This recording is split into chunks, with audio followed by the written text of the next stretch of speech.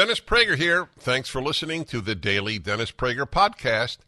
To hear the entire 3 hours of my radio show, commercial-free, every single day, become a member of Pragertopia. You'll also get access to 15 years' worth of archives, as well as the daily show prep. Subscribe at Pragertopia.com.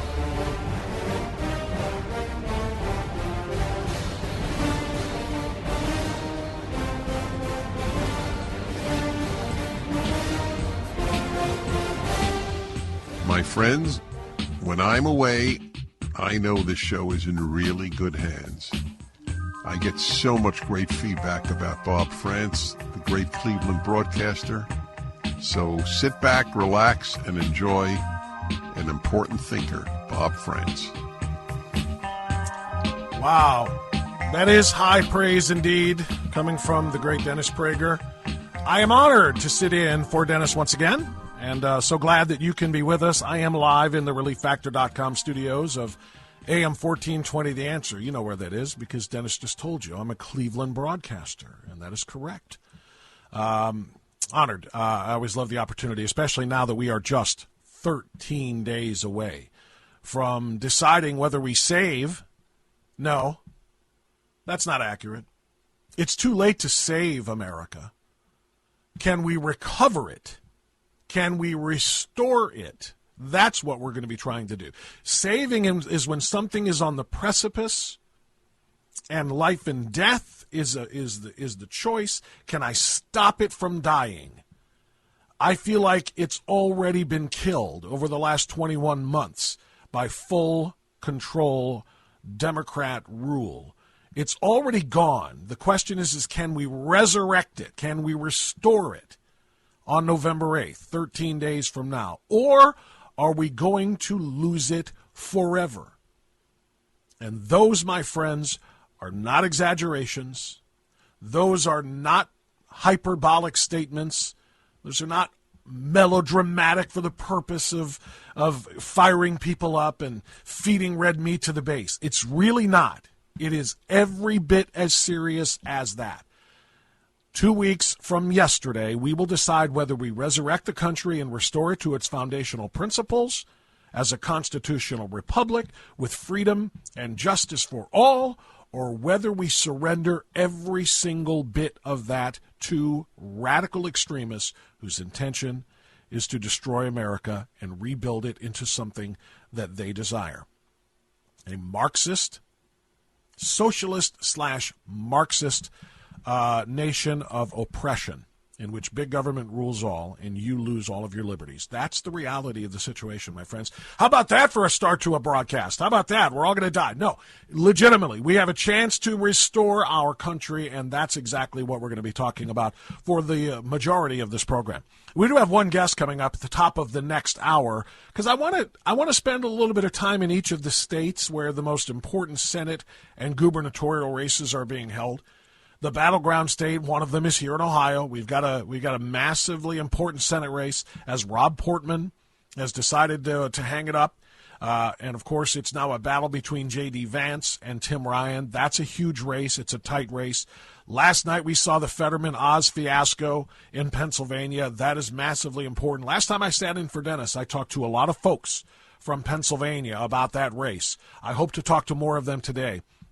I mentioned we have a guest coming up at the top of the second hour, and that's going to be Patrick Wood, who is the founder and the executive director of Citizens for Free Speech based in Tucson, Arizona. We're going to talk to him about Blake Masters and Mark Kelly, and, of course, about Kari Lake and the cowardly Katie Hobbs out there, what that means. Talk about some First Amendment issues there as well.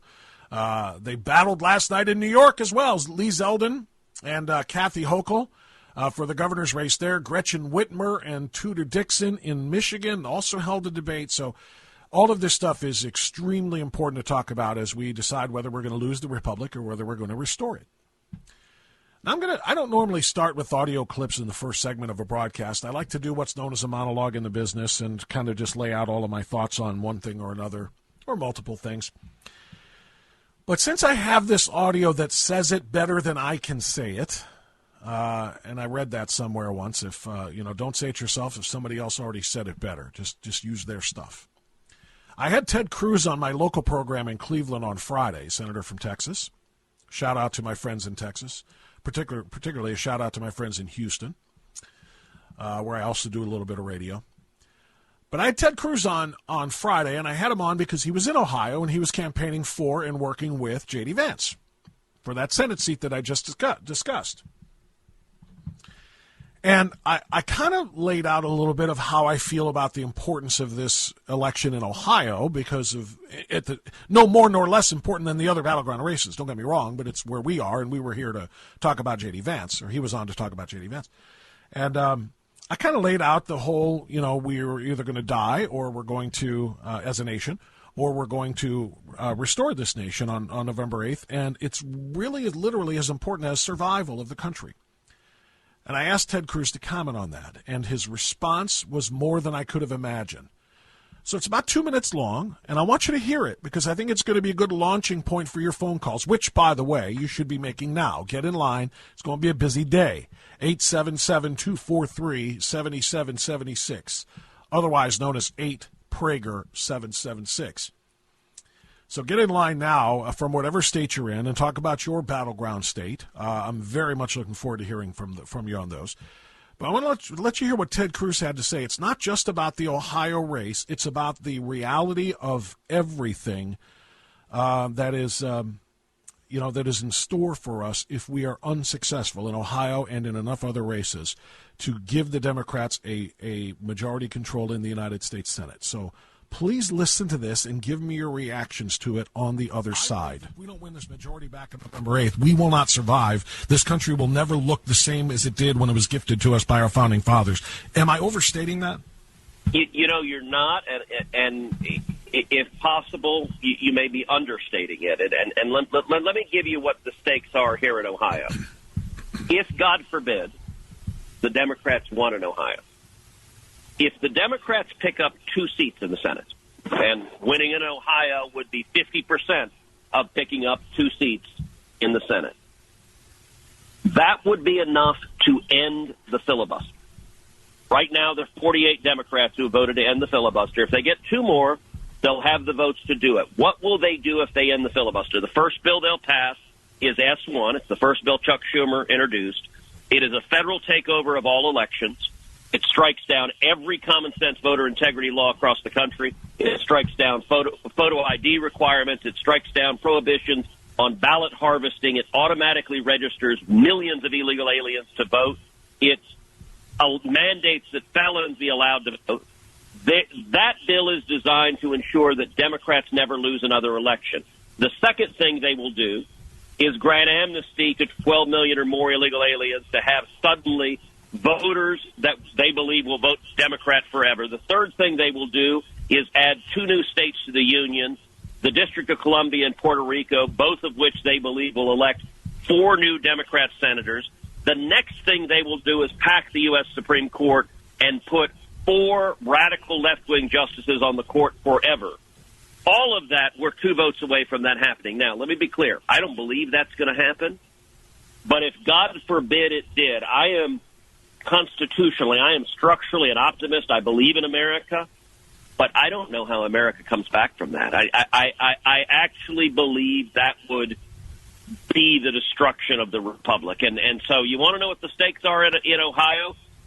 On offense, it's about winning and taking our country back. But on defense, it's about stopping cultural Marxists who are trying to destroy this nation from having the tools to complete the task.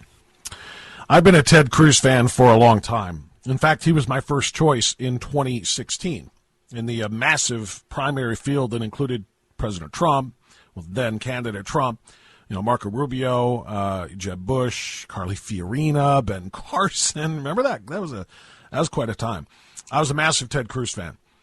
So I felt very, very good when I asked Ted Cruz a question, and he not only answered in the affirmative as to the way I feel, he actually expanded upon it. If we lose on November 8th, the country dies. Not an overstatement, not an exaggeration. The country dies for all of the reasons he just listed. or he did on my program on Friday. I had forgotten, I'll be 100% honest, and it's to my shame, I had forgotten about Senate Bill 1 and H.R. 1, the For the People Act that they put forth, which is the federal takeover of all elections. No longer would the states, as the Constitution dictated, as the founders intended, be allowed to set their own election rules. It would be a federal takeover. Gone would be voter ID, any voter ID. Gone would be any restrictions on drop boxes or mail-in balloting. Gone would be anything that is done to ensure that only citizens vote. All of those things would be gone, and as Ted Cruz described, they would do it if they just get 52 senators. 52, that's it, 52. And they can abolish the filibuster and pass every single one of those massive things with a simple majority. I got more for you right after this.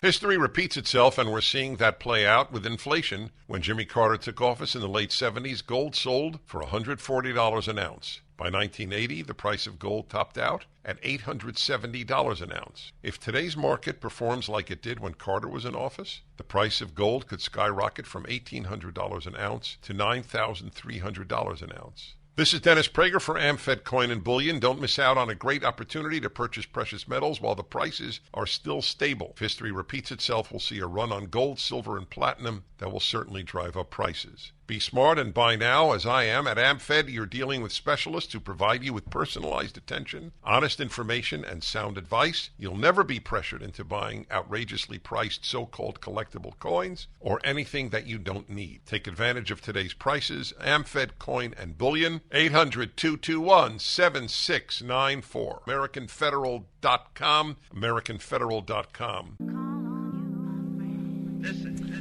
About the time this show was coming on, literally 22 minutes ago, at the top of the hour, this came down.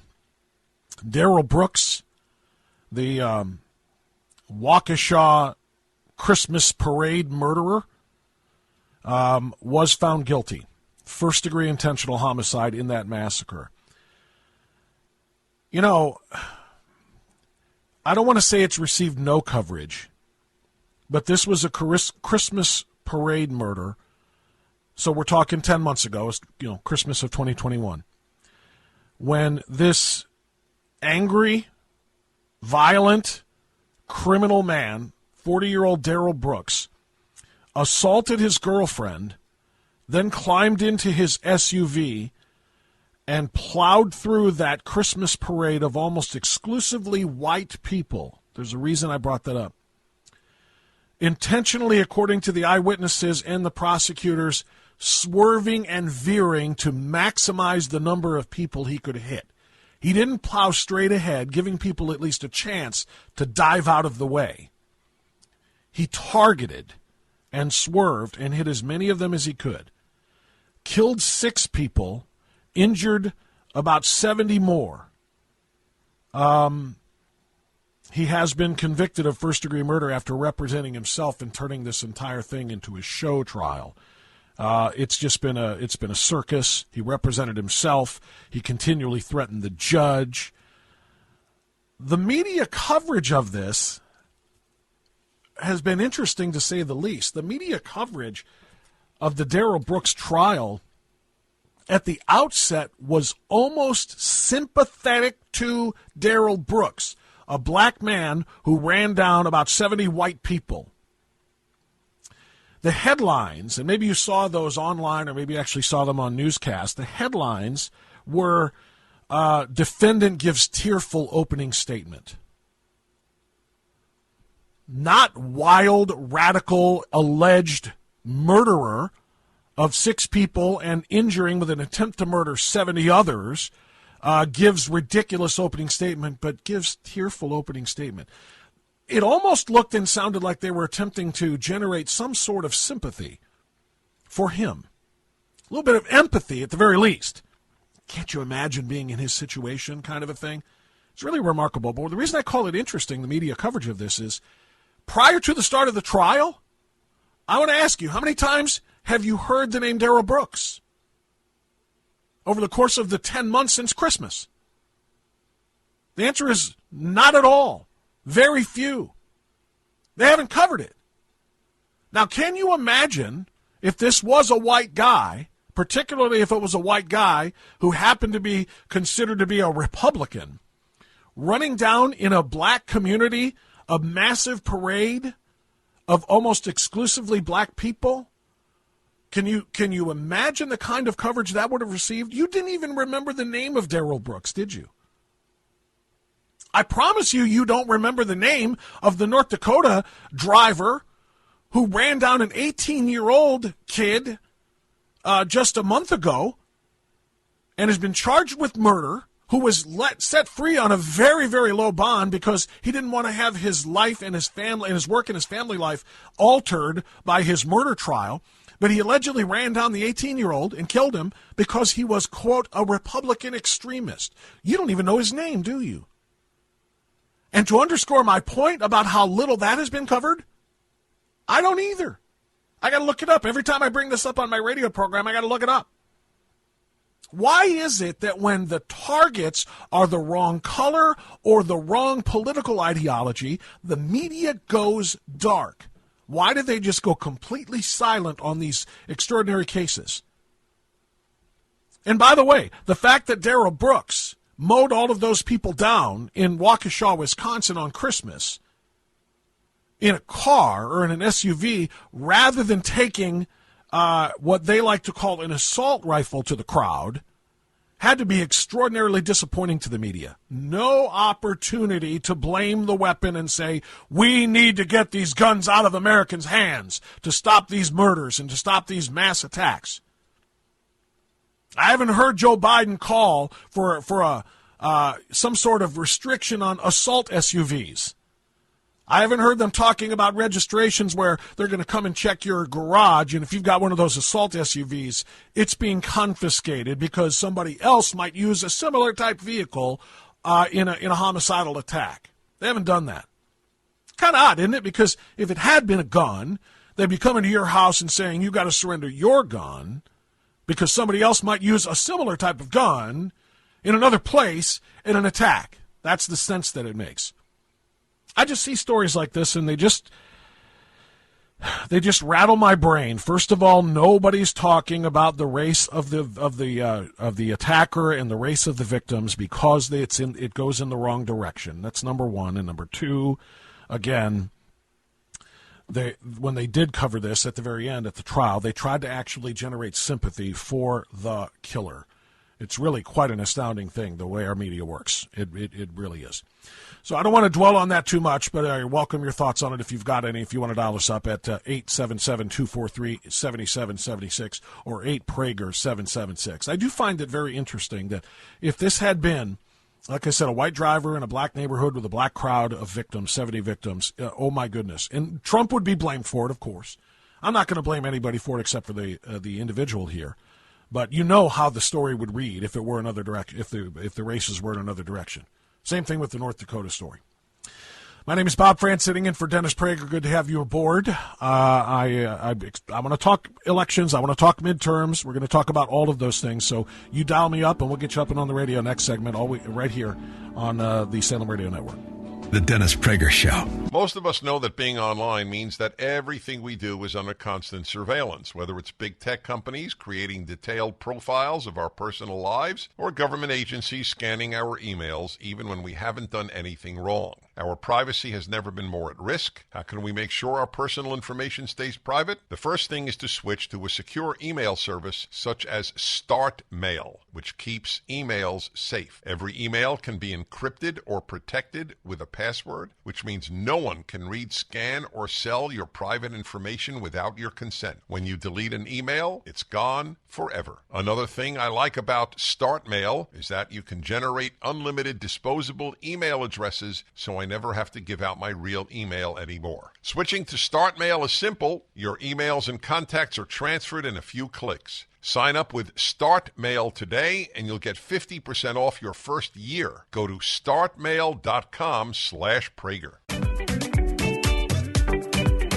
34 minutes past the hour, and welcome back to the Dennis Prager Show. Bob Frantz sitting in for Dennis, live in the ReliefFactor.com studios of AM 1420, The Answer. My show is called Always Right Radio. It airs, well, right before this one, from 9 until noon every day in the Eastern Time Zone.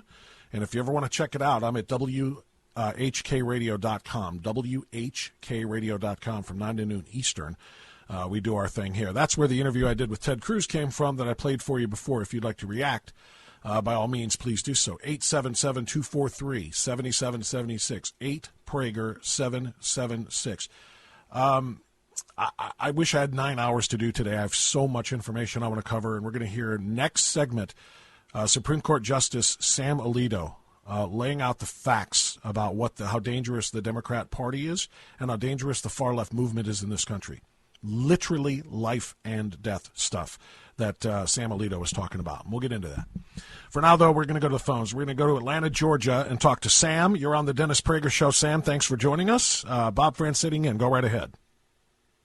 For taking my call. Hey, Bob, thanks for taking my call.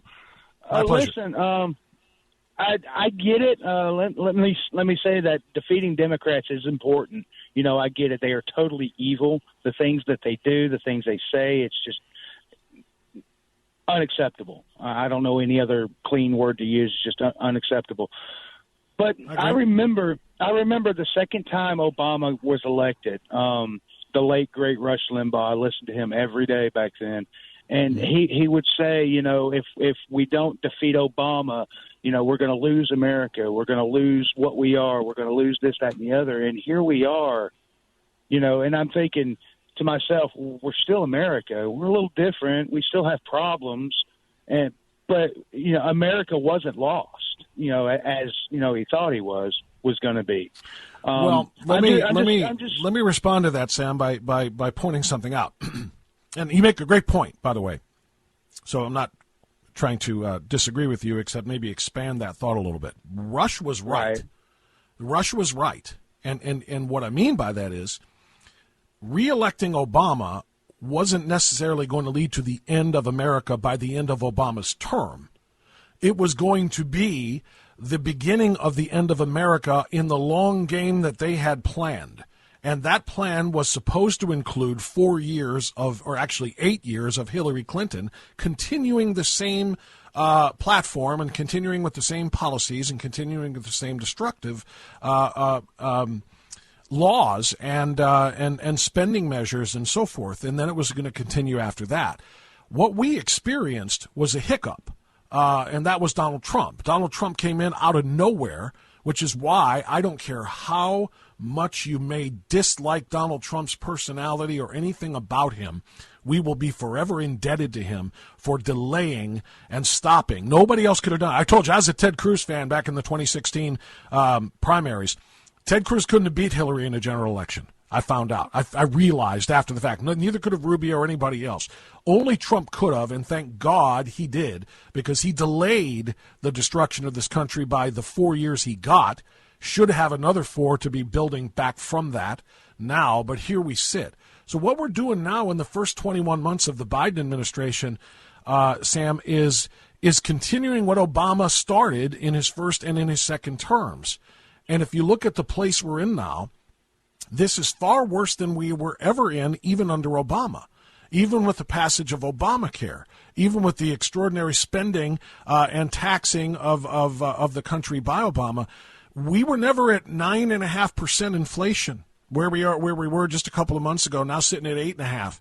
We were never in the position that we are with 5 million people coming across the southern border in 2 years, even under Obama. Things are far worse now because what Biden has done, my friend, is continued the Obama agenda. It's not new here. And that's why what Ted Cruz said puts us in the position we're in. If we lose on November 8th and they get 52 votes, it's not about one man like Rush talked about with Obama. It's about 52 Democrat senators. They will abolish the filibuster. And all of the things Cruz laid out that I played in the first segment are going to come to pass. We'll never win another election again because they will pass S1 and HR1, the For the People Act, to reform the entire electoral process, pack the court, add 2 states, adding more senators, will never gain control again. This is a part of the end game. Obama was at the very beginning of it all. So I think that's what I think we need to keep in mind. Great call. Great points. I want to talk to you more, and I want to listen to you more. 8Prager776. We'll be back. The Dennis Prager Show. You all have helped build MyPillow into the incredible company it is today and have trusted in Mike Lindell to give you a great night's sleep. On top of the special available to my listeners on the Percale and Giza Dream bed sheets, marked down as low as $29.98, Mike is now changing the game with his 3-piece towel set. This set is made with USA cotton, making it extremely absorbent, yet still providing the soft feel you look for in a towel. This set comes with 1 bath, 1 hand towel, and 1 washcloth, typically retailing for $49.99. For a limited time, you can get this 3-piece towel set for the low price of $19.98 with the promo code Prager. Don't miss out on these extraordinary offers. There's a limited supply, so be sure to order now. 800-761-6302. Use the promo code Prager or go to MyPillow.com, click on the radio listener square, and use the promo code Prager.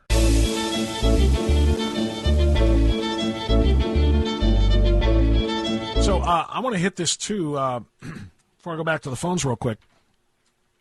If you watched any of the debate last night in Pennsylvania between John Fetterman and Dr. Oz, Fetterman is just in a completely inappropriate place to be trying to apply for a job, which is what he's doing here, that would take such important ability to communicate cognitively and orally.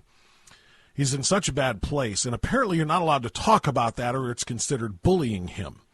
Sunny Hostin or whatever she is on The View decided that if Dr. Oz talks about the prospect that maybe a stroke victim who is clearly still suffering brain damage maybe isn't qualified to serve because of his incapacity, that's bullying, apparently. Listen to this nonsense. Don't be fooled by that. It's really it was really strange to me that he chose to bully a stroke victim. Yeah, right? exactly. Like, he obviously was bullying him. And, I don't think the people of Pennsylvania or the people in general liked that because... Okay, well, can we point something out here? First of all, before his stroke, John Fetterman was and is an awful human being. Before his stroke, John Fetterman spent his time advocating for the release of violent murderers. All the time. Voting to parole them. Talking about hideous, horrific, violent crime. He wants them set free. He has said on multiple occasions that he wants to reduce the prison population in Pennsylvania by 1/3. And not low-level, nonviolent criminals, but violent ones. The ones that are indeed in prison for life without the possibility of parole. You saw this a week ago, right? Didn't you? He was asked, if you had a magic wand, what one thing would you do? Would he cure cancer? No, that wouldn't do it. Would he end world wars? Nope, wouldn't wave a magic wand to end all world wars. Would he cure poverty? Nope, wouldn't want to feed everybody. If he had a magic wand and could do one thing with it, he said he would release the prisoners in Pennsylvania that are serving life without parole. And those people are all what? Spoiler alert, murderers. He would release them all. That's what he said. So he was a terrible guy before his stroke. But now he had the stroke, and it is very clearly impairing his ability to think, to process, to express, to speak.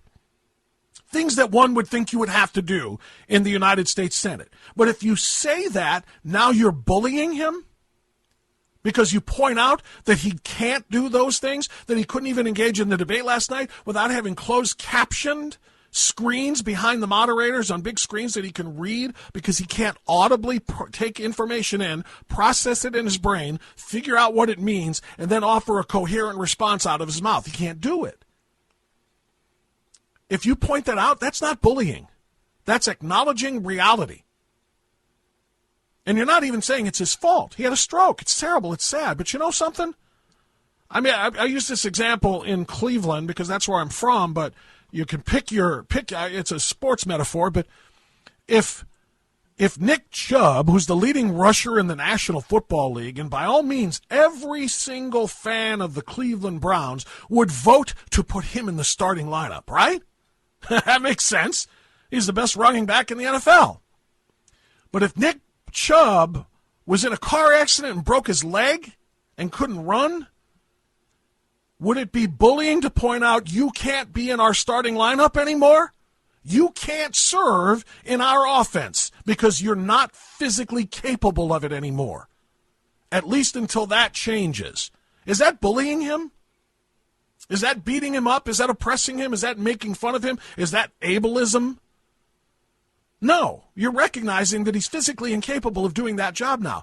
That's John Fetterman, recognizing that he's physically incapable of listening to testimony in a committee hearing, reading and processing and contributing to the writing of legislation and bills, passing or not passing legislation because he can't understand it. He can't communicate his thoughts on it. It's been evident ever since he hit the primary trail. And they could have gotten him out of this. They could have polled him and said, you know what, we really like John Fetterman, but this is his condition. We're going to hopefully he'll improve, and maybe in another election cycle he can run again for something, or maybe for the other Senate seat when it's available, or something. Instead, they said, no, let's run with it. And they put this guy on stage. And he was humiliated. He looked and sounded like Joe Biden. Joe Biden sounds cognitively impaired because of age and maybe early onset dementia. His gaffes are legend, and they continue on a daily. John Fetterman does the same thing. His cognitive impairment isn't due to age, it's due to a stroke, but it's there. And you cannot have these people serving in high profile and extraordinarily important positions that impact millions of Americans, with the most powerful positions in the world. The President of the United States and the 100 senators are arguably the most powerful positions in the world.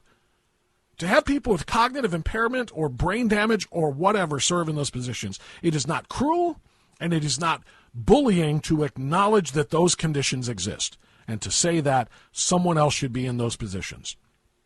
John Fetterman and his family put him up there, maybe against his own better judgment, but he's power hungry. But they put him up there, and he was humiliated on national TV last night. The victor, according to the surveys, 82% said Dr. Oz. 18% of people, presumably all of them deaf, said John Fetterman. We'll be right back. Bob Frantz sitting in live in Cleveland, Ohio, the ReallyFactor.com studios, our AM 1420, The Answer here. We're going to go to Mount Pleasant, Wisconsin. Candace, you are on the Dennis Prager Show. Hi, Candace. Bob sitting in. Go ahead. Hi, Bob. Thanks for taking my call. I'm just responding to the guy who called earlier that said that he was listening to Rush and that, Rush had warned that we were going to lose the country. Well, a lot of the people who are a little bit older watch mainly TV and then a little bit of conservative radio. And if you do that, you really don't know a lot that's going on because they only tell you so much over the TV anymore. So I'm going to say this. What he meant by that is everything that's happening is happening death by 1,000 cuts. Okay, so it's very covert, and if you're not watching everything, you're not going to know what's going on. So let me tell you, we no longer have free speech. We have woke culture, and that's a way around the Constitution. Okay, so you might go to court if you could afford to go to court all the way to the Supreme Court and get your hearing, get your free speech. But on the way up there, they've already ruined your reputation through woke culture and cancellation. Then we have the ABC agencies of our U.S. government who are radicalized left, and they're now coming after anybody who votes GOP, in my opinion. And then we have the dollar, which is turning into garbage. We have to buy our own bonds back because no other countries want to be on the petrodollar anymore.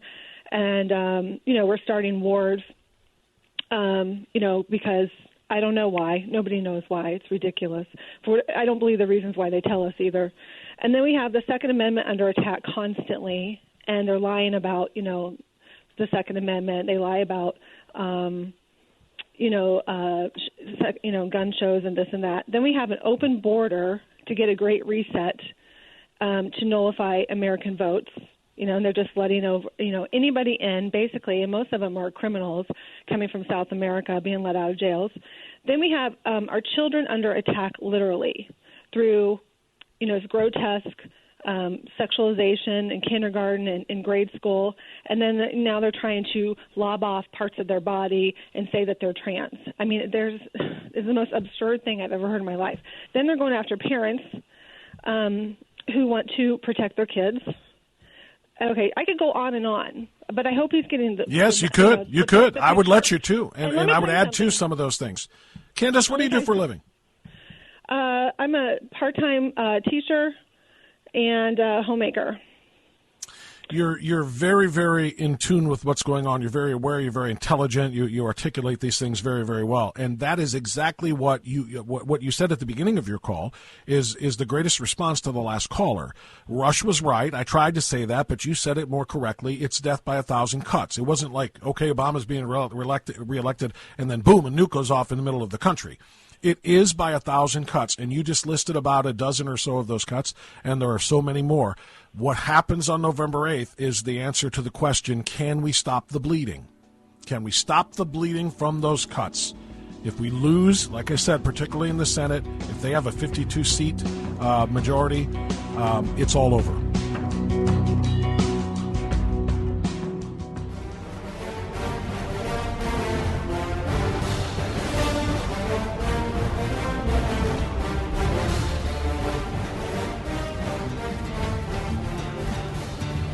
My friends, when I'm away, I know this show is in really good hands. I get so much great feedback about Bob Frantz, the great Cleveland broadcaster. So sit back, relax, and enjoy an important thinker, Bob Frantz. Well, if that is true, that means I owe it to you, right? You would be the ones providing Dennis with that feedback. That means you've enjoyed what you hear, or you at least appreciate it enough to disagree with it if that's what the situation may be. So if that's true, if Dennis is getting great feedback from you, thank you very, very much. I mean that from the bottom of my heart. It's always an honor to sit in with you and with Dennis's team, and it's really a great experience. 13 days away we are, now that we are on the 26th morning of the 10th month. Oh, I beg your pardon, it's now the afternoon. It's morning out west. It's morning where I am, or it's afternoon where I am. But the 26th day, then, of the 10th month of the year of our Lord 2022. We're 13 days away. 2 weeks from yesterday, we will decide to either rescue this country or allow it to die a very, very slow and painful death, as articulated by our last caller. So we'll talk more with you at 8 Prager 776. That's 877-243-7776 coming up here shortly. But I want to bring in a good friend of mine and a very, very noted author and great thinker in his own right for a lot of reasons. Patrick Wood is a leading and critical expert on sustainable development, green economy, Agenda 21, the 2030 Agenda, and historic technocracy. He's the author of 3 books on technocracy. He's also the founder and executive director of Citizens for Free Speech, a 501c3 nonprofit for which I serve as the National Communications Director. And Patrick is based in Tucson, Arizona, where there are a couple of crucial elections in this midterm season that he's going to brief us on. Patrick, good to talk to you again, my friend. How are you, sir? Great, Bob. Thanks for having me on. Always a pleasure. So, Patrick, there's a lot to talk about here. You know, many, many things, many of our rights are on the line depending on the outcome of these midterm elections at the federal level. And I do want to, one of those is free speech, so we're going to talk about that in a moment. But I want to talk about the 2 high-profile races going on in your state because I think they impact the country. And people might not think that a governor's race in one state impacts the rest of the country, but I disagree because I think the policies and platforms for Democrats are almost universal across the country. Whatever a Democrat governor like Kathy Hochul does in New York is something that is being mimicked by others. So I want to talk about that. Kari Lake is a 30-year broadcast journalist professional, and she's running against the former Attorney General of Arizona, Katie Hobbs. And this has been a very, very interesting race. Kari Lake is extraordinarily popular, and Katie Hobbs is hiding from the debate stage. What can you tell us about the people in Arizona and what you think is going to happen in that race?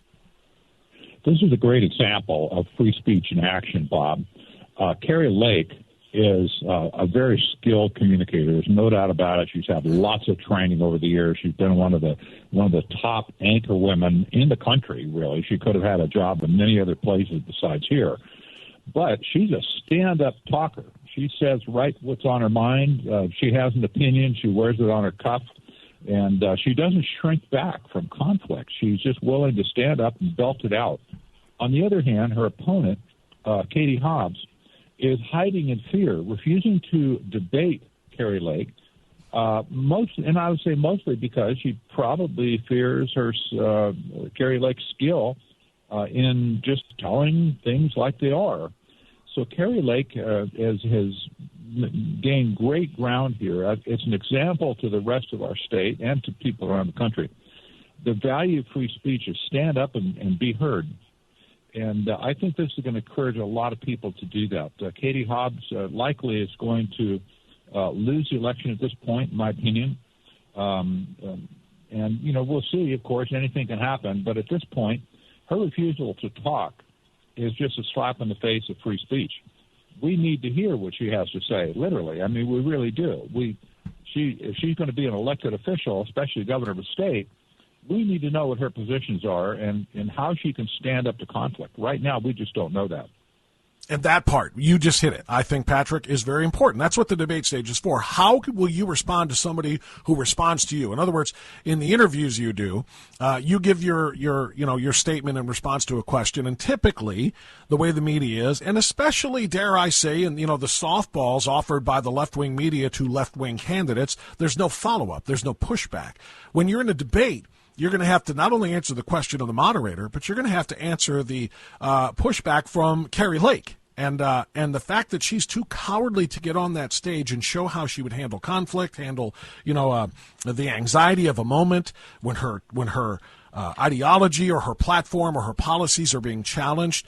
John Fetterman took the stage in Pennsylvania last night, Patrick. John Fetterman is cognitively impaired. He's got brain damage from the stroke that he suffered, and it's clear to anybody who's ever heard him talk since that time, he was willing to go up there and get schooled by Dr. Oz, and Katie Hobbs won't even stand on a stage in Arizona against Kari Lake. That speaks volumes. It really does. And, again, this underscores the importance to what we talk about, when we talk about free speech. Free speech is not just a concept. It's not just some ideological concept that we have that we debate, in a coffee shop.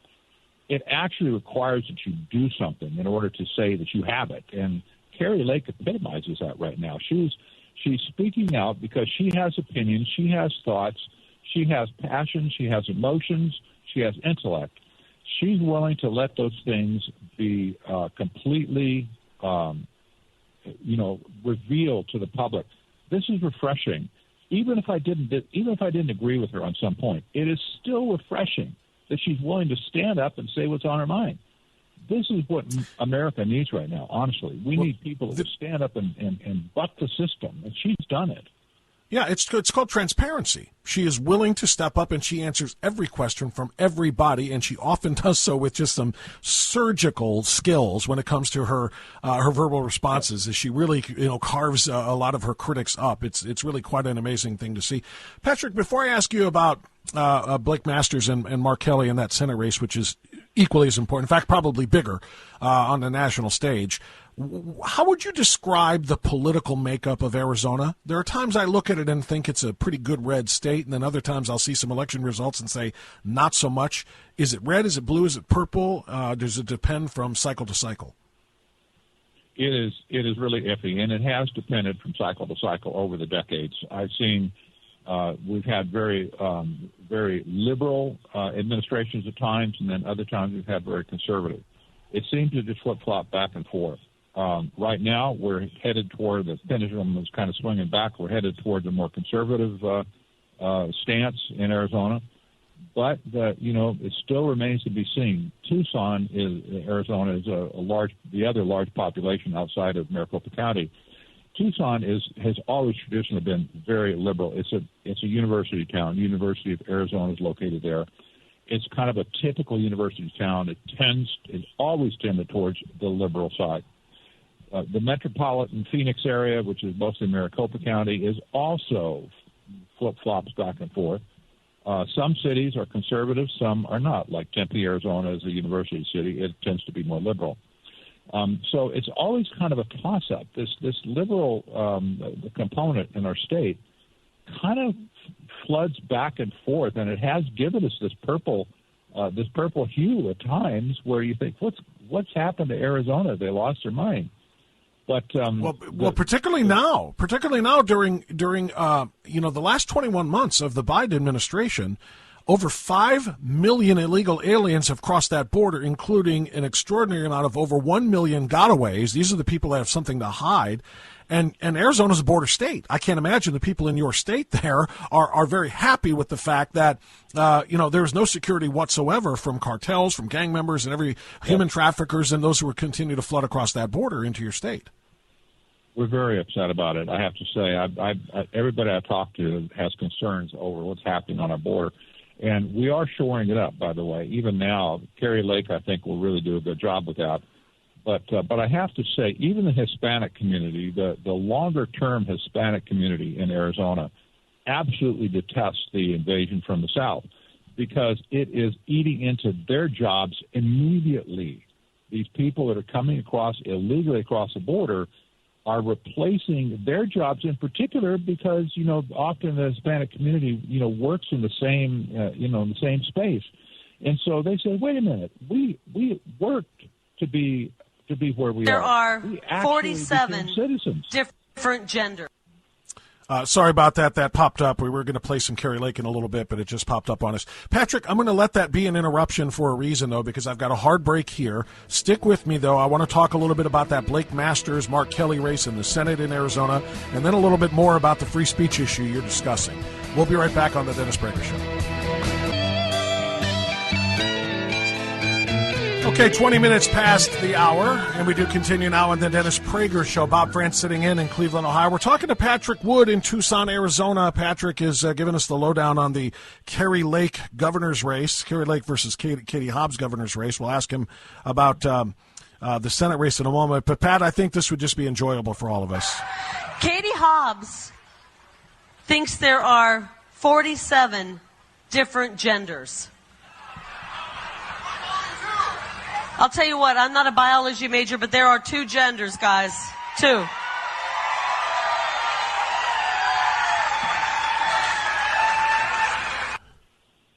Keep going. Keep going. Don't stop there. Come on, don't glitch on me. I want to hear the rest. And where are the animals from the rodeo being kept? Somebody point. Is it over here? Katie Hobbs. No, it's not working. I'm having glitching audio. My apologies, Patrick Wood. But you probably already heard this. This is why Katie Hobbs won't get on a stage with her. Her next line was, here's a challenge for you, Katie. Go out and try to milk a bull and tell me how that goes. So that's the line I wanted to get to here. It was classic, and I'm just having all kinds of audio problems. But that's why Katie Hobbs doesn't want to debate her. She's intelligent, she's brilliant, she's funny, and she's going to be a great governor for you guys out there in Arizona. Now, Patrick, I asked you about the political breakdown of the state of Arizona, and I wanted to kind of get a sense of that so that you can tell us whether or not Blake Masters is going to make sure that Senate seat is red. I honestly think that Blake Masters will win his race and that Mark Kelly will be out of the Senate.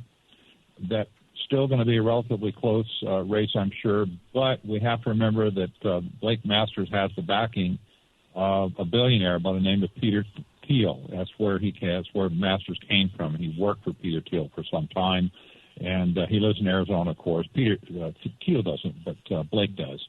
And he's a young guy. He's got quite a bit of charisma, and right now he's gaining steam. He's saying a lot of the right things. I don't feel as passionately about him as I do about Kari Lake, but we really believe we need to defeat Blake Masters. He's been pretty much a disaster for the state of Arizona, and he has not helped. You mean Mark Kelly? Either. You mean Mark Kelly? Right? Yeah, we got to defeat Mark Kelly. Got it.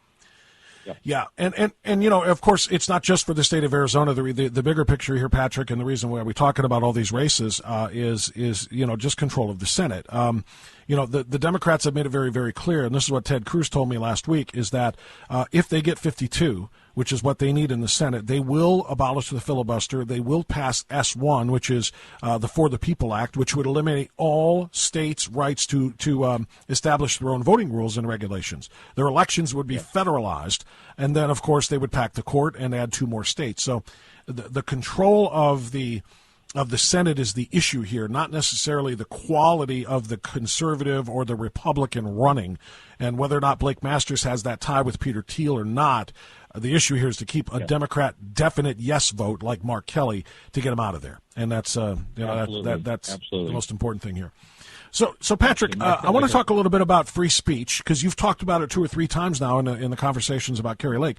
Obviously, as I introduced you as the founder and executive director of Citizens for Free Speech, it's under attack. You and I talk about this all the time. Let's talk about it with the people now. It's under attack like never before, and this is also something that will be directly impacted by the House and the Senate races. It absolutely will, and this is something Americans as individual citizens need to really get through their head. Their voice is important. Their opinions are important. It doesn't mean you have to agree with everybody or that everybody agrees with you.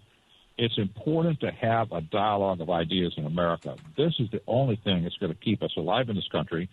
If we are allowed to be divided and to become divisive in our speech, we're not going to dig out of this hole at all. We're just not. And this is beyond our politicians. This is what Americans must do.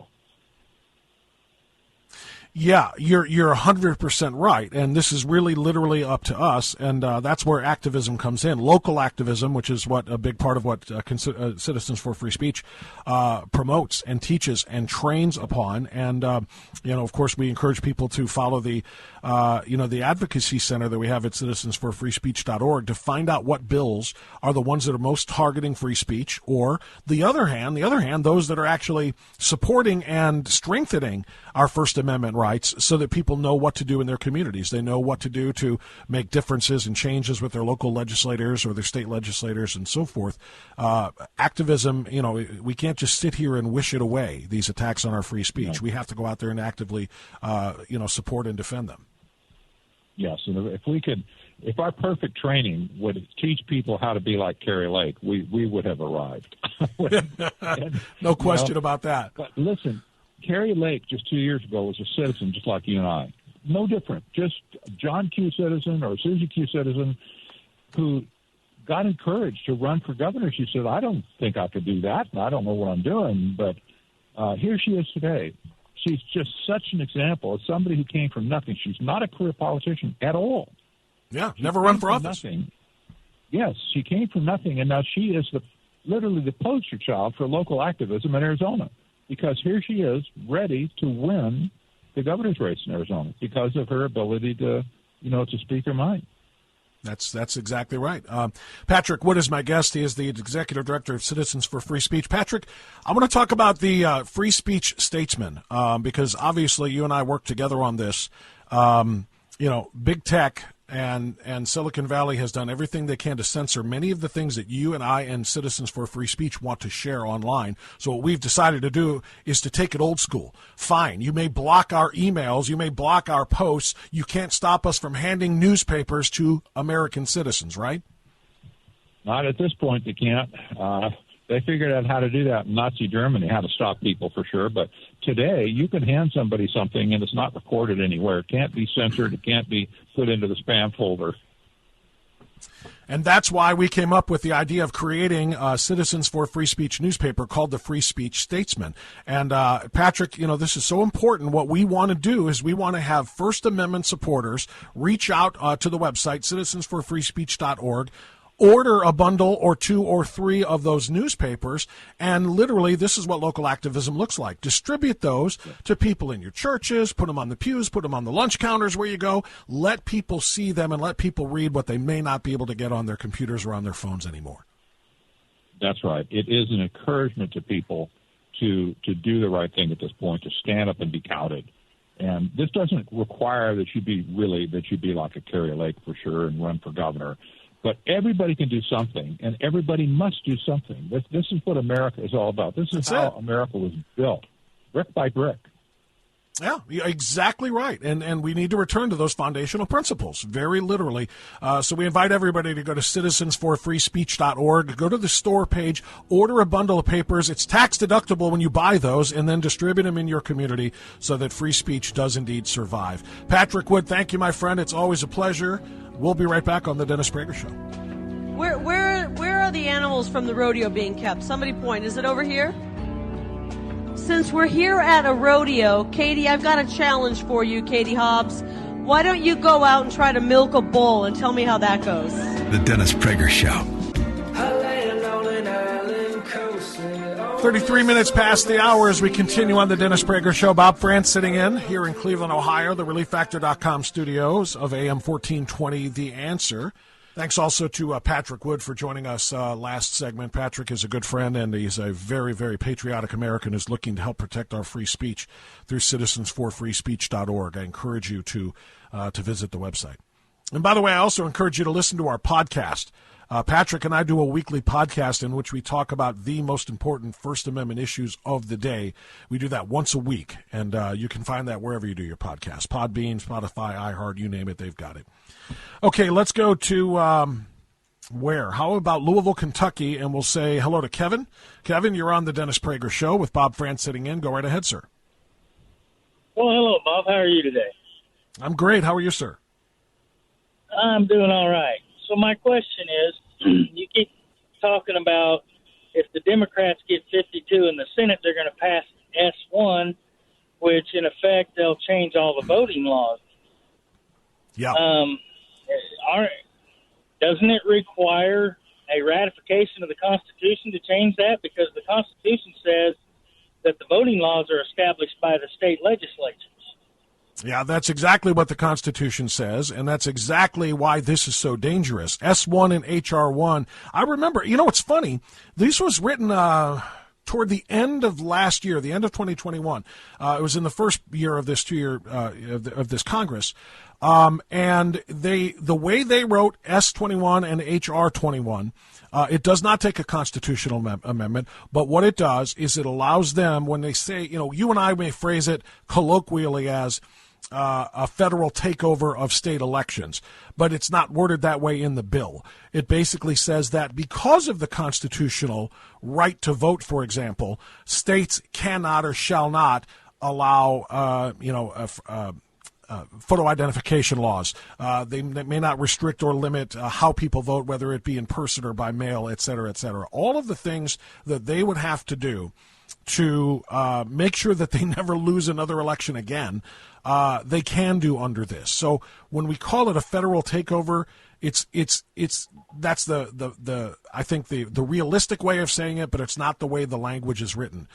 It is a bill that they could pass. They didn't have the votes to do it before, but once they abolish the filibuster with 52 in this upcoming new Congress, 52 senators, that is exactly what they said their first order of business is. And I would not put it past them. Then I would not put it there wouldn't be enough Republicans, by the way, to say you can't do it, and you got to make it a constitutional amendment. They would be virtually unchecked. Their power would be unchecked. I would say that it's still a change in the way the laws have to be done through the state legislatures, and it would definitely be challenged in the courts. And I agree that they would try to pack the courts, the Supreme Court, with liberal justices, but they will. Even they'll when do they all of the above. Say that you can't restrict whatever, it's still a law that has to be passed by the states. Well, let's put it to you this way. It is also unconstitutional, right, for the President of the United States to declare a massive college student loan bailout without that going through the Congress, and yet here we are. They're doing it. The Congress is supposed to have a say there. The Constitution is just a suggestion for Democrats, and Republicans are going to have to fight that. We'll be back. We're going to fly, feel all right. 17 minutes now before the top of the hour as we continue on the Dennis Prager Show. Bob Frantz sitting in here in Cleveland, Ohio. So phone lines are open.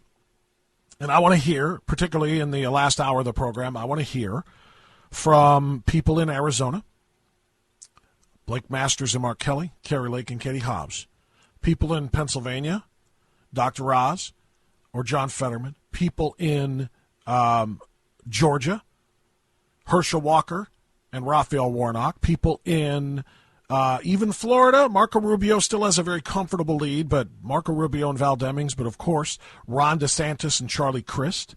People in New York with Lee Zeldin challenging Kathy Hochul. I want to know where you think these races are headed. I probably have a pretty good idea, if you're a listener of the Prager program, which side you want to win each of those races. But I want a level of confidence here. I want to know what you are, what you're betting on, what's going to happen in each of these. Because I've got 538.com and I've got Real Clear Politics polling averages, and I can look at all of these different things that say how they think they're going to turn out. But I don't have voters. I don't have people to talk to me and tell me exactly why they feel the way they do. That's what I want you to do. That doesn't mean I won't take calls from all over the country. I will. But I do want to hear from you if you're in a battleground state. Ohioans, even my Ohioans. Because I'm on the air in Ohio, and but not all of Ohio. So if you are in Cincinnati or Toledo or Columbus or Youngstown or someplace out of northern Ohio where I am, I want to know, do you think J.D. Vance is going to win that one, or is it going to be Tim Ryan? All of this, of course, is crucial to the survival of this country. 877-243-7776. Now, something else that's crucial to the survival of this country has to be the independent nature of our government, and in particular, our judiciary. The judiciary, of course, is one of the three separate but co-equal branches of government that is entitled to as much protection and independence as the other two. But I want to talk for just a second about what happened in earlier this summer. Actually, it was late spring, early summer. And I want to talk about why nothing has changed. What I'm speaking of is the leak from the United States Supreme Court of the Dobbs decision that would eventually lead to the rollback of Roe versus Wade. That leak was extraordinarily dangerous. That leak put a lot of people in jeopardy. That leak also fired up an entire party because, the Democrats love nothing quite like the way they love to kill babies, particularly at any given time during the gestational cycle, for any reason whatsoever. It used to be safe, legal, and rare. Now it's without apology and at any time for any reason, convenience or otherwise, right? That leak was made, and the decision was revealed, and we are now 6 months past that time. And can you tell me how it is and why it is that the Federal Bureau of Investigation, the FBI, has not found the source of that leak yet? The FBI can find out the names of American citizens who have prayed outside of abortion clinics and sent FBI agents to their doors with guns drawn, threatening them, arresting them. The FBI can find somebody who was rumored to have been in Washington at the Capitol on January 6th, not accused of anything, but rumor was you were there. They've gone to people's homes. Tucker Carlson did a segment on that a couple of weeks ago. They've gone to people's homes, banging on the doors, scaring the you-know-what out of everybody with guns drawn because somebody was reputed to have been in Washington at that time. Therefore, maybe we've got a jail cell for you. The FBI can find anybody. But there's a very, very limited number of people who work for the United States Supreme Court, who work for those justices, their clerks, their assistants, and them. The number of people who have access to decisions that are being made and votes that are being held, I'm sorry, I'm losing my brain. The opposite of the decisions, the dissents, the dissenting opinions that are written. All of these things, very, very limited number of people have access to these decisions and these votes and these writing for the majority and those writing for the dissent. writing the dissent. And you're telling me that in 6 months the FBI can't find who made that leak? Who made that happen? The FBI doesn't want to know, because you know as well as I do it is going to be some left-winger working for one of the left-wing justices who is livid about the way this whole thing was going to go down with Roe versus Wade. And the fact that they won't reveal the name of the leaker and bring them to justice, thus deterring any such thing in the future, could have a very, very serious, dangerous impact on justices in the future. Justice Sam Alito was doing an interview, and I want to play this for you. Justice Alito is telling the truth about what is happening here, because the FBI will not cross their left-wing. Do we have time for this, Sean, or did I run out of time? We'll have to play it in the next segment. Thank you, Shawnee. We'll play for you next segment here, because I've set it up for too long here. But what Sam Alito is talking about here is the literal threat on the lives of justices for daring to interpret the Constitution and doing their jobs. And the fact that no one has been held accountable for that leak that put hundreds, if not thousands, of people outside the doors of Supreme Court justices' homes and put people in serious jeopardy, the fact that nobody is being held accountable is extraordinary. We're going to play that for you coming up after this on the Dennis Prager Show. Hour, Bob Frantz sitting in for Dennis. Justice Samuel Alito says he just wants things to get back to normal in the new Supreme Court term after the leaked abortion opinion made him and other conservative justices targets for assassination. Listen. So one of the most remarkable features about the court in an age of incessant leaks is the confidentiality that long covered its internal deliberations. Unfortunately, that changed this last term with the horrific and completely unprecedented leak of your draft majority opinion in Dobbs. How has the leak affected the court? It was a grave betrayal of trust by somebody, and it was a shock because nothing like that had happened in the past. So it certainly changed the atmosphere at the court for the remainder of last term. The leak also made those of us who were thought to be in the majority in support of overruling Roe and Casey targets for assassination, because it gave people a rational reason to think they could prevent that from happening by killing one of us. And we know that a man has been charged with attempting to kill Justice Kavanaugh. It's a pending case, so I won't say anything more about that.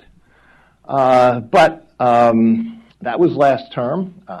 Now we're in a new term. I think that all of us want to, all of the justices, and I think the people who work in the building, we have a wonderful staff, I'll add that, want things to get back to normal, the way they were before all this last term, before COVID, get back to normal to the greatest degree possible.